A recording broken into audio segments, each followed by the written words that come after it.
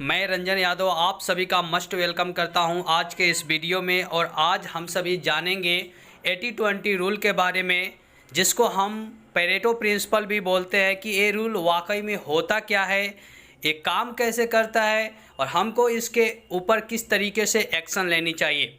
सबसे पहली नंबर चीज़ है, जितने भी सक्सेसफुल लोग हैं वो सभी के सभी लोग इस रूल को फॉलो करते हैं। और इस रूल को फॉलो करने का जो फ़ायदा होता है, कम टाइम में आप ज़्यादा काम कर पाते हैं, यानी अपने प्रोडक्टिविटी को बढ़ा पाते हैं। तो आइए समझते हैं कि 80-20 का रूल क्या कहता है। एग्जाम्पल फॉर कि एक कपड़े का दुकानदार है और उसके पास दिन भर में 100 ग्राहक जाते हैं। उन 100 ग्राहक में से सभी को सामान दिखाता है, लेकिन ओनली 20% ही ऐसे ग्राहक होते हैं जो कि उस दुकानदार से सामान खरीदते हैं। यानी 100 लोगों को सामान दिखाया, जिसमें से ओनली 20% लोगों ने ही उसके सामान को परचेज करते हैं। सेम उसी प्रकार से कोई LIC एजेंट है और अपने पॉलिसी को बेचने के लिए अप्रोच करता है। अगर वो 100 लोगों को अप्रोच करता है, उसमें से ओनली 20% लोग ही उसके पॉलिसी को खरीदते हैं, 80% लोग उसके पॉलिसी को नहीं खरीदते हैं।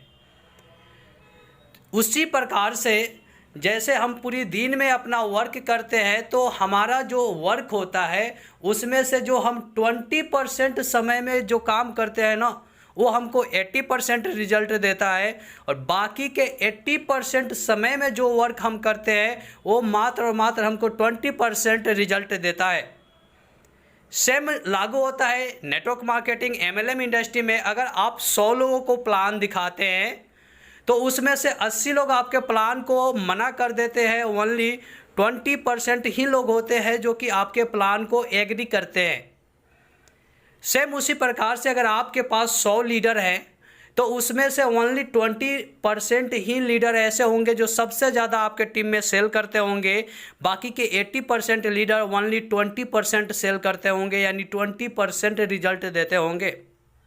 अब इस चीज़ से आप क्लियर हो पाए होंगे कि 80-20 का रेशियो क्या है। यानी हमेशा 80-20 का रेशियो वर्क करता है। अगर आप 100 लोगों को प्लान दिखाएंगे तो 80 लोग आपके प्लान को मना करेंगे, मात्र 20% यानी 20 लोग आपके साथ काम करेंगे। और जब वो काम करना शुरू करते हैं 20 लोग, उसका भी वो भी डिवाइड होता है और उसमें से 80% लोग कुछ दिनों के बाद काम करना बंद कर देते हैं और उसका 20% लोग ही आपके साथ काम करना कंटिन्यू रखता है। फिर समय गुजरने के बाद, कुछ समय के बाद, उस 20% का भी 80% लोग आपका साथ छोड़ जाते हैं और बचे हुए 20% लोग आपके साथ लॉन्ग टर्म चलता है, जो आने वाले लॉन्ग टर्म में आपका साथ निभाते हैं और एक लीडर बनते हैं। अब यहाँ पे आप तो क्लियरिफाइड हो चुके होंगे कि 80-20 का रेशियो क्या बताता है। अब हमको समझने की ज़रूरत है कि हमको 80-20 के ऊपर काम कैसे करना है। अगर आपके टीम में 100 लीडर्स है तो ओनली 20 लीडर ही ऐसे होंगे जो सबसे ज़्यादा आपका टीम में काम करते होंगे, रिजल्ट लाते होंगे। तो आपको जो सबसे ज़्यादा समय देने की ज़रूरत है उन 20% लोगों के साथ देने की ज़रूरत है, ना कि उन 80% लोगों के साथ देने की ज़रूरत है जो कि ओनली 20% आपको रिजल्ट लाते हैं। तो आप उन 20% लोगों के साथ सबसे ज़्यादा समय व्यतीत कीजिए, सबसे ज़्यादा प्लानिंग कीजिए, जो कि आपको 80% रिजल्ट लाते हैं। मैं ये नहीं बोल रहा हूँ कि आप उन 80% लोगों का साथ छोड़ दें, आप उनके साथ भी रहें, लेकिन आप अपने समय का विशेष ध्यान दें, अपने समय को बचाएं और उस बचे हुए समय को आप ऐसे जगह पे लगाएं, ऐसे जगह पे यूज करें जहां से आपकी प्रोडक्टिविटी बढ़े, प्रोडक्टिविटी आपका इंक्रीज हो। तो इस चीज़ का विशेष ध्यान देना है कि आपको कहां पे समय ज़्यादा लगाना है, कहां पे समय कम लगाना है।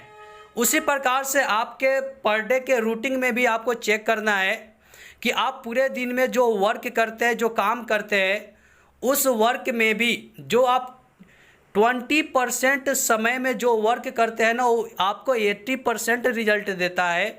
और बाकी के जो समय है, जो 80% समय है, उसमें जो आप काम करते हैं वो उसमें आपको केवल 20% ही रिजल्ट मिलता है।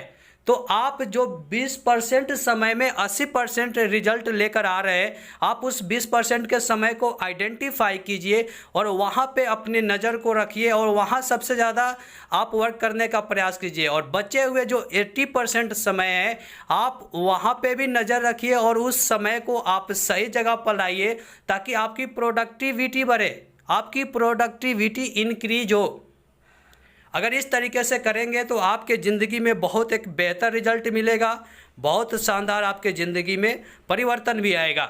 आई थिंक कि आपको ये वीडियो पसंद आया होगा। अगर आपको वीडियो पसंद आया हो तो आप प्लीज़ लाइक करें, सब्सक्राइब करें, अपने दोस्तों के साथ भी शेयर करें ताकि उनका भी समय बचे और अपनी प्रोडक्टिविटी को वो बढ़ा पाए।